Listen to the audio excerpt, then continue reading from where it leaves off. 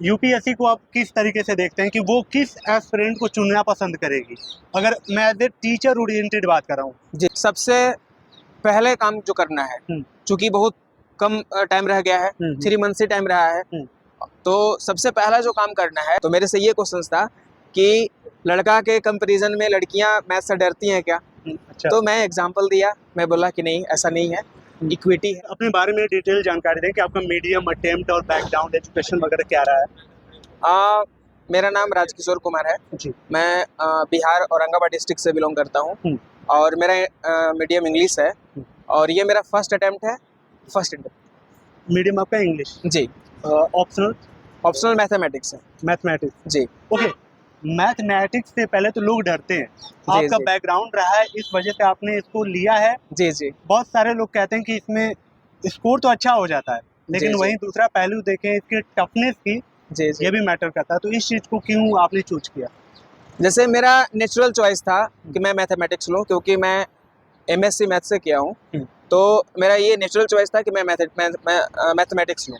बाकी जो भी एस्पिरेंट ऑप्शनल का सिलेक्शन कर रहे हैं, तो मैं उनसे ये बोलना चाहूँगा कि ऑप्शनल को सिलेक्शन से पहले उनको अपने अंदर जो इंटरेस्ट है उसको जानना बहुत ज़रूरी है, क्योंकि मैं जो मैथमेटिक्स लिया, मेरे को पता था कि मेरा मैथ्स में डेप्थ है, मैं मैथ्स के क्वेश्चंस को अच्छे से हैंडल कर लेता हूँ, इसलिए मैं मैथमेटिक्स लिया। आपने बोला कि ऑप्शनल में इंटरेस्ट होना चाहिए, ठीक है, मैंने मान लिया कि जो भी आपका हो इंटरेस्ट उसको आपने ले लिया, लेकिन अगर पिछले 5 साल का सक्सेस रेट देखें उस सब्जेक्ट का, अगर वो कम हो, साथ ही टीचर की अवेलेबिलिटी ना हो, साथ ही कंटेंट की अवेलेबिलिटी ना हो और सिर्फ आपका इंटरेस्ट हो, तो ये चीज़ें भी तो आखिर मैटर करती हैं। इस चीज़ों को भी जी बिल्कुल, ना? ये बिल्कुल देखने की ज़रूरत है, क्योंकि अगर वैसा ऑप्शन हम लेते हैं जिसका मार्केट में इजीली अवेलेबल नहीं हो उसका रिसोर्सेस, तो थोड़ा सा प्रॉब्लम होता है। तो मैं ये बट हाँ, ये चीज़ नहीं कि जिसका मार्केट में अवेलेबल ज़्यादा रिसोर्सेस है तो मैं उस मैथमेटिक्स उस ऑप्शनल को मैं एडॉप्ट कर लूँ, ये सही नहीं है। तो सबसे जो बेटर है कि क्या करना चाहिए आखिर ऑप्शनल को डिसाइड करने में, तो सबसे पहले हमको ऑप्शनल को डिसीजन में ये देखना चाहिए कि मेरा इसमें इंटरेस्ट है कि नहीं, मार्केट में उस लेवल का कुछ मटेरियल्स अवेलेबल है कि नहीं, सक्सेस रेट तो उतना मैटर नहीं करता है, सक्सेस रेट से ज़्यादा ये मैटर करता है कि आपको उसमें इंटरेस्ट है कि नहीं, मार्केट में उसका स्टडी मटेरियल अवेलेबल है कि नहीं, टीचर्स इजीली अवेलेबल है कि नहीं, जो उसका मेंटर्स हैं अवेलेबल है कि नहीं। ओके। इंटरव्यू हॉल में जब आप जाते हैं, पहली बार आपका ये इंटरव्यू रहा है, जी जी, बहुत सारे मन में डाउट्स चल रहे होंगे, कैसा होगा, मुझे कैसे प्रेजेंट करना है, मेरे एक्सप्रेशंस क्या होंगे, इन सब चीज़ों को भी बैलेंस करना होता है एट द पॉइंट। मेरे से ये क्वेश्चन था कि लड़का के कंपैरिजन में लड़कियां मैथ से डरती हैं क्या? अच्छा। तो मैं एग्जांपल दिया, मैं बोला कि नहीं, ऐसा नहीं है, इक्विटी है, मैथ्स लड़का हो या लड़की हो, दोनों लेते हैं और मैथ्स दोनों ही अच्छा करते हैं मैथ्स में। आपसे आपके लाइफ का एक टफेस्ट क्वेश्चन मैं पूछना चाहूँगा, यूपीएससी में आने के लिए जी और यहाँ तक आने आपने किन चीज़ों का सेक्रीफाइस किया है, जो कि लगता है कि ये मेरे लिए हो सकता है नुकसान हो, या फिर सिलेक्शन के बाद ये मेरी पॉजिटिव इनसाइट तो हो सकती है, क्या सेक्रीफाइस रहा है? जी हाँ, सेक्रीफाइस तो बहुत ज़्यादा करने पड़ा है। मैं जब डिसीजन लिया कि मेरे को प्रिपरेशन करना है 2021 में, तो काफ़ी प्रॉब्लम्स हो रही थी उस टाइम डिसीजन लेने में कि मेरे से होगा कि नहीं होगा। और जो सबसे बड़ी सेक्रीफाइसेस होती है कि मैं ऑलरेडी पढ़ा रहा था, किसी रेपुटेटेड कोचिंग में मैं पढ़ा रहा था और वहाँ पे मैं मैथ्स फैकल्टी था, तो वहाँ से मैं अच्छा खासा अर्न भी कर रहा था, तो मैं अपना जॉब क्विट किया और इसके लिए मैं यहाँ पे प्रिपरेशन करने आया। यहाँ पे काफ़ी ज़्यादा उतार चढ़ाव को देखना पड़ा, फैमिली प्रॉब्लम्स हैं उसको भी फेस करने पड़ा, तो सेक्रीफाइस तो करना पड़ेगा, क्योंकि ये इतना बड़े एग्जाम्स हैं, तो इसके लिए सेक्रीफाइस करना पड़ेगा। कैसे पढ़ना है, क्या पढ़ना है, सब लोग जानते हैं, टॉपर्स की वीडियो की कमी नहीं है, सब लोग जानते हैं जी। मैं डायरेक्ट पूछूं कि अगर आपने पहले अटेम्प्ट में यहाँ तक आए, लास्ट स्टेज तक आ चुके हैं आप, जी जी, कुछ गलतियाँ जो स्टार्टिंग में बिगनर्स करते हैं और जो लगता है कि आपने नहीं की तभी आप यहाँ तक आए, क्या गलतियाँ हैं जो स्टार्टिंग में लोग करते हैं, 2-3 गलतियाँ?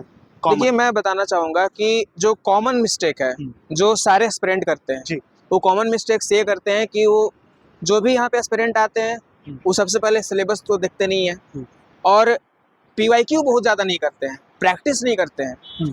तो और डायरेक्ट बस कोचिंग के ऊपर रिलाई करते हैं। तो मैं ये बोलना चाहूँगा सारे एस्पिरेंट को जो भी प्रिपरेशन कर रहे हैं और इस बार का अटेम्प्ट भी जो देने वाले हैं, मैं ये रिकमेंड करना चाहूँगा उन सारे एस्पिरेंट को कि सबसे पहले आप सिलेबस को देखिए, पीवाईक्यू को देखिए, और पीवाईक्यू को देखने के बाद आप अपने अंदर देखिए कि मैं ये कर पाऊँगा कि नहीं, ये मेरे से हो पाएगा कि नहीं। तो सबसे जो बड़ी चीज़ है वो पीवाईक्यू है और सिलेबस है। ठीक है, लास्ट 3-3.5 महीने रह गए हैं प्रीलिम्स। जी, जी। अगर इस समय आपको अपनी चीज़ें स्विच करनी हो प्रीलिम्स ओरिएंटेड, जी, जी। अगर आप इस बार आई थिंक अपीयर होंगे या नहीं होंगे? होंगे क्या? जी, जी, बिल्कुल। क्या स्ट्रेटजी होने वाली है 3 महीने की? देखिए अभी सबसे पहले काम जो करना है, चूँकि बहुत कम टाइम रह गया है, 3 मंथ से टाइम रहा है, तो सबसे पहला जो काम करना है कि जो पूरा पढ़ाई किया या फिर जो भी एस्पिरेंट जो प्रिपरेशन कर रहा है, मैं भी यही करने वाला हूँ अभी कि मैं सबसे ज़्यादा रिवीजन पे फोकस करूँगा। अभी प्रैक्टिस करूँगा सीसेट को लेकर, उसको प्रैक्टिस करूँगा। सब्जेक्ट के रोटेशन की भी बात आप थोड़ा बताते चले। सब्जेक्ट का रोटेशन में ये मैं बोलना चाहूँगा कि अभी तो ऑप्शनल को छोड़ ही दें और जो मेंस का आंसर राइटिंग वगैरह जो मेंस का प्रिपरेशन है उसको अभी क्विट करें। अभी पूरे के पूरे डेडिकेशन होना चाहिए प्रीलिम्स स्पेसिफिक। तो आपका जो प्रिपरेशन होना चाहिए प्रीलिम्स स्पेसिफिक होना चाहिए। प्रीलिम्स में जो क्वेश्चंस आता है पेपर 1 पेपर 2 दोनों का बहुत ज़्यादा प्रैक्टिस होना चाहिए और एटलीस्ट 2 से 3 रिवीजन हो जाना चाहिए प्रीलिम्स के निबंध और जो आपका एथिक्स है इसको भी हटाना है जी। निबंध और बिल्कुल अभी इसको फोकस नहीं करना है, सिर्फ और सिर्फ प्रीलिम्स स्पेसिफिक प्रिपरेशन करना है। ठीक है, जो प्रीलिम्स में आता है उसको पढ़े, 3 मंथ्स तक उसी को फोकस करना है। ठीक है, आपने फर्स्ट अटेम्प्ट में सर यहाँ तक आया तो थोड़ा सा उन चीज़ों को रिवील करें कि जब आपका मेन जो होता है वही लिख के पास करने वाला एग्जाम है और वहीं पे आपकी रैंक वगैरह डिसाइड होती है। बिल्कुल। तो जो आपकी आंसर राइटिंग रही है, जो आपके आंसर का फॉर्मेट रहा है जी, आप कितने घंटे करते थे, साथ ही कब से स्टार्ट की थी, कुल मिला के आंसर राइटिंग के ऊपर डिटेल्ड बात करें। देखिए मैं आंसर राइटिंग को लेकर ये बोलना चाहूँगा कि आंसर राइटिंग तो स्टार्टिंग से ही कर देना चाहिए। जब आप कहीं से क्लास ले रहे हैं या फिर जब भी आपको लगे कि प्रिपरेशन में स्टार्ट कर रहा हूँ तो आंसर राइटिंग को पहले ही से स्टार्ट कर देना चाहिए। डजेंट मैटर आपको पहले आंसर राइटिंग जब आप करते हैं तो बहुत बुरा जाता है, आंसर राइटिंग बहुत ख़राब लगता है कि मैं ये क्या लिख दिया। खुद की आंसर राइटिंग पे अब तो मेरे को हंसी आती है अभी, तो उस टाइम में पता नहीं चलता है, बट धीरे धीरे इम्प्रूवमेंट होता है। तो आंसर राइटिंग स्टार्टिंग से ही करना चाहिए। यूपीएससी को आप किस तरीके से देखते हैं कि वो किस एस्पिरेंट को चुनना पसंद करेगी? अगर मैं एज ए टीचर ओरिएंटेड बात कर रहा हूँ, जी जी, आप एक एस्पिरेंट है वो अलग बात है, लेकिन आप एक टीचर ओरिएंटेड बात करिएगा, यूपीएससी क्या चाहती है एक कैंडिडेट से? यूपीएससी जो भी कैंडिडेट वहाँ पे आते हैं जिनका भी सिलेक्शन करती है तो यूपीएससी ये चाहती है कि वैसा कैंडिडेट को सिलेक्ट किया जाए जिनका तो प्रेजेंस ऑफ माइंड ठीक ठाक हो। ठीक है, पहली चीज़ ये देखती है कि प्रेजेंस ऑफ माइंड कैसा है, उनका पर्सनैलिटी देखती है, उनका डिसीजन मेकिंग स्किल कितना है, वो किसी चीज़ को किस तरह से ले पाते हैं, डेडिकेटेड है कि नहीं है, हार्ड वर्किंग है कि नहीं है। तो ये मेरे को ऐसा लगता है, अभी तक तो मैं भी सिलेक्ट नहीं हुआ हूँ तो मेरे को ये आइडिया नहीं है अभी। जो ये चीज़ें आपने बताई जी जी, ये तो आपके कोर बुक्स में है नहीं। जी नहीं, बिल्कुल नहीं। फिर क्यों यूपीएससी एस्पिरेंट मतलब यूपीएससी आपको लगी? तो इसके साथ में ड्यूरिंग प्रिपरेशन क्या अपनी पर्सनालिटी, अपनी decision making, presence of mind इनको भी एक्टिवेट करते रहना है या फिर पढ़ाई के बाद ट्रेनिंग में ये सारी चीज़ें की जाती हैं? क्या कहेंगे? बिल्कुल, अभी इन सारी चीज़ों को स्टार्टिंग से ही करना है। ठीक है, क्योंकि जो भी पर्सनैलिटी होता है ये किसी एक दिन में तो चेंज नहीं होता है, इसको टाइम लगता है करने में। तो जब भी आप प्रिपरेशन स्टार्ट करते हैं तो उसी टाइम से आपको अपने ऊपर भी फोकस करना है। ठीक है, कि जैसे डिसिप्लिन में आते हैं, आप फुल फ्लेज प्रिपरेशन में आते हैं तो वो चीज़ ना धीरे धीरे आपके अंदर डेवलप होने लगता है। आपको पता चलने लगता है कि मेरे को अपना इंपॉर्टेंट टाइम कहाँ पे देना है, कैसे देना है, अपने टाइम को यूटिलाइज कैसे करना है। तो ये स्टार्टिंग से ही होने लगता है, ये ऑटोमेटिक प्रोसेस है, ये हो जाएगा। आपके स्ट्रेटजी के अगर स्वीट पॉइंट्स पूछूं मैं कि कुछ आपके सब्जेक्ट होंगे जो आपके फेवरेट होंगे या फिर जो फेवरेट नहीं है सब्जेक्ट उनमें भी कुछ ऐसे टॉपिक्स होंगे जहाँ से क्वेश्चन आते हैं। जी जी, तो मैं इन दोनों को थोड़ा मर्ज करूँगा कि जो आपके स्वीट पॉइंट रहे हैं और कुछ कोर सब्जेक्ट जहाँ से क्वेश्चन बार बार रिपीट होते हैं सब्जेक्ट वाइज, डिटेल अगर बात करना चाहें आप। देखिए इसमें क्या है कि ऐसा देखिए, इसमें सबसे जो बड़ी बात है उसको क्या करना है कि ज़्यादा तो डेडिकेशन है, 100% हार्ड वर्किंग है।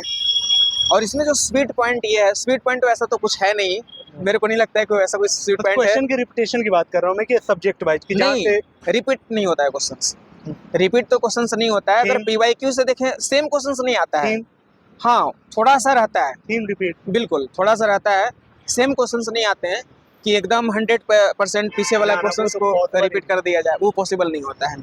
तो हम क्या कर सकते हैं कि एक थीम को डिसाइड कर सकते हैं PYQ को देखकर, थोड़ा सा कर सकते हैं, बट हर बार तो आपको पता ही है कि UPSC हर बार अचानक से अलग ही डिफरेंट टाइप के क्वेश्चंस देती है। पूछती है, अपना पैटर्न ही चेंज कर देती है। कुछ ऐसे सब्जेक्ट रहे हैं जो आपको लगता है कि ये छोड़ देना चाहिए, जैसे हम सबको पता है कि जो मॉडर्न हिस्ट्री है उससे अच्छे खासे क्वेश्चन आते हैं, वही मिडिवल से थोड़े कम होते हैं। बिल्कुल बिल्कुल। आपको लगता है कि मिडिवल नहीं पढ़नी चाहिए या फिर विश्व वाले नहीं पढ़ना चाहिए?